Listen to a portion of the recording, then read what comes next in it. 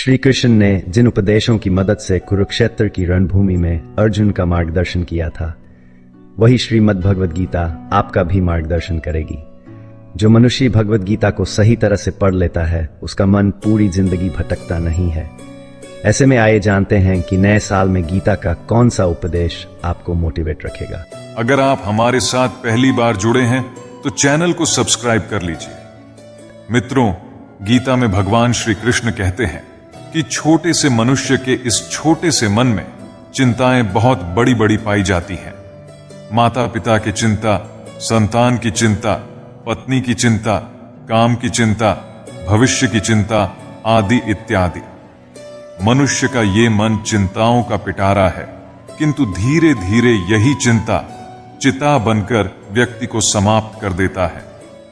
आपको एक बात स्मरण कराता हूं, बात जो आप पहले से ही जानते हैं।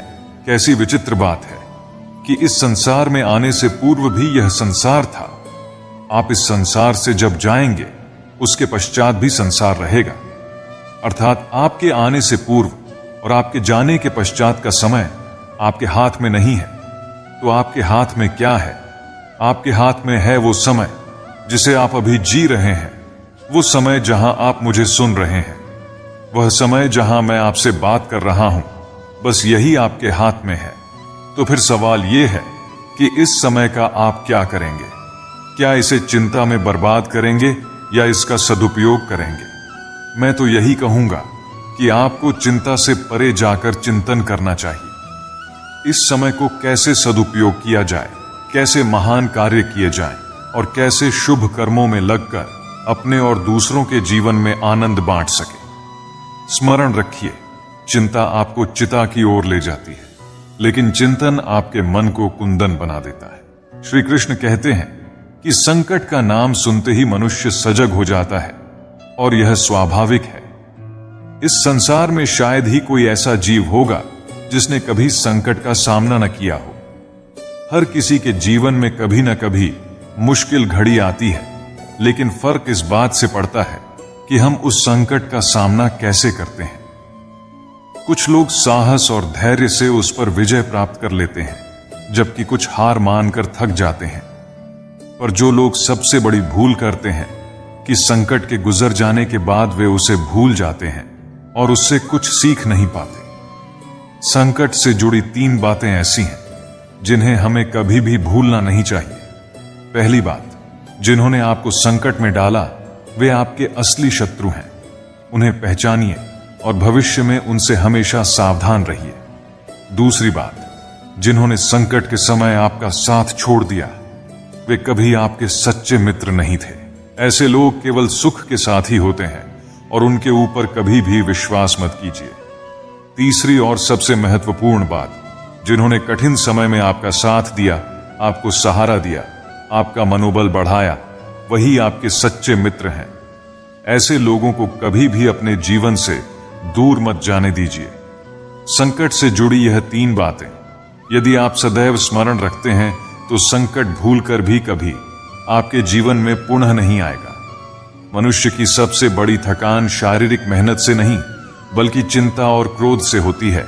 दिन भर के काम से जितनी थकान नहीं होती, उतनी एक पल की चिंता से हो जाती है। इसलिए हमेशा यह मत सोचो कि 1 साल या 1 महीने में क्या होगा, बल्कि यह विचार करो कि अगले 24 घंटे में आप क्या कर सकते हो। किसी का असली स्वभाव तब सामने आता है जब आप उसके लिए महत्वपूर्ण नहीं रहते। जीवन 1 मिनट में नहीं बदलती, लेकिन एक सही समय पर लिया गया निर्णय आपके पूरे जीवन को बदल सकता है।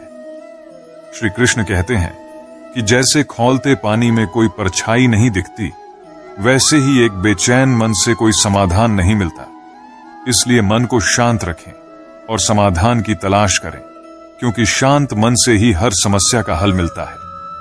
अगर किसी का हाथ पकड़ते हो तो यह सोचकर पकड़ो कि हर पल उसके साथ निभा सको। जो भी जीवन में आपको मिल रहा है वह आपके लिए सर्वश्रेष्ठ है, भले ही आप उस समय उसे न समझ पाएं। परमात्मा सब जानता है और वही आपको सही समय पर सही चीज देता है। श्री कृष्ण कहते हैं कि जो केवल इंतजार करता है उसे उतना ही मिलता है जितना मेहनत करने वाले पीछे छोड़ देते हैं।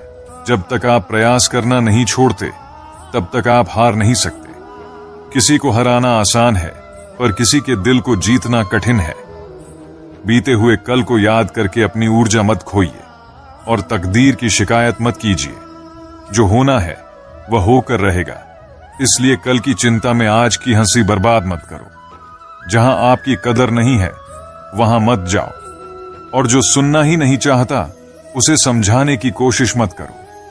अगर कोई व्यक्ति गलतियों का पछतावा नहीं करता तो उसके साथ जीवन का सफर मत तय करो, और जो व्यक्ति सच सुनकर नाराज होता है उसे मनाने की आवश्यकता नहीं है। जिस दर्द को आपको बार बार व्यक्त करना पड़े वह असली दर्द नहीं है, और जो आपके दर्द को समझ नहीं सकता वह सच्चा हमदर्द नहीं है। इस दुनिया का यही दस्तूर है कि आपको अपने दिल की बात सबके सामने नहीं कहनी चाहिए। हर आंसू आंखों में ही रखना चाहिए। हर बार सबको मत दिखाओ, क्योंकि यहां हर कोई अपने साथ नमक लेकर चलता है, और हर जख्म को नमक लगाने वाले लोग बहुत मिलते हैं। इस दुनिया में खूबियां कम और चाहतें बहुत हैं।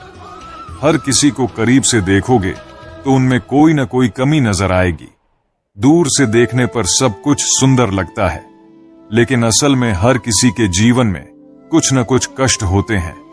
इसलिए अपना दर्द अपने तक ही सीमित रखो। अगर वह दूसरों तक पहुंचा तो वह तमाशा बन सकता है। मित्रों, श्री कृष्ण कहते हैं कि ईर्ष्या, जलन और द्वेष ये हमारे जीवन के सबसे बड़े शत्रु होते हैं, क्योंकि सबसे बड़ा शत्रु वह होता है जो हमें नुकसान पहुंचाए। और हमारी सबसे बड़ी हानि क्या होती है? समय की हानि। जीवन में हमें जितना समय मिला है वह सीमित है। कोई भी सदा अमर नहीं रहता। जब हम जलन या द्वेष करते हैं तो जो समय हम अपने विकास, प्रगति और सुख में लगा सकते थे वह व्यर्थ चला जाता है। हम अपना कीमती समय उस व्यक्ति के बारे में सोचने में बर्बाद कर देते हैं जिससे हमें ईर्ष्या है। जलन की अग्नि सबसे पहले उसी को जलाती है जो इसे अपने भीतर पालता है, न कि उस व्यक्ति को जिससे हम जलते हैं। तो सोचिए, क्या यह सही है कि हम अपने जीवन को इस धुएं में झोंक दें? किसी की प्रगति देखकर मन में ईर्ष्या और जलन लाने से अच्छा क्या यह नहीं होगा कि हम दूसरों की खुशियों का हिस्सा बने? एक बार अपने मन से जलन को निकाल कर देखिए, आप अपने आप को बहुत ऊंचा पाएंगे। आप समझ पाएंगे कि जीवन में सच्ची खुशी दूसरों के साथ मिलकर चलने में है, न कि उनकी प्रगति से ईर्ष्या करने में। जीवन में क्या खो दिया है और क्या पाया है, इसका एहसास तभी होता है जब हम दूसरों के लिए मुस्कुराहट का कारण बनते हैं। श्री कृष्ण कहते हैं, पूरी दुनिया की सबसे प्यारी जोड़ी मुस्कान और आंसू है। यह दोनों जब एक साथ आते हैं तो वह क्षण सबसे खूबसूरत बन जाता है। जीवन में दुख और सुख दोनों का मिश्रण होता है, और यही मिश्रण हमें इंसान बनाता है। जब हम समंदर में नाव लेकर चल पड़े हैं तो तूफानों से घबराना कैसा?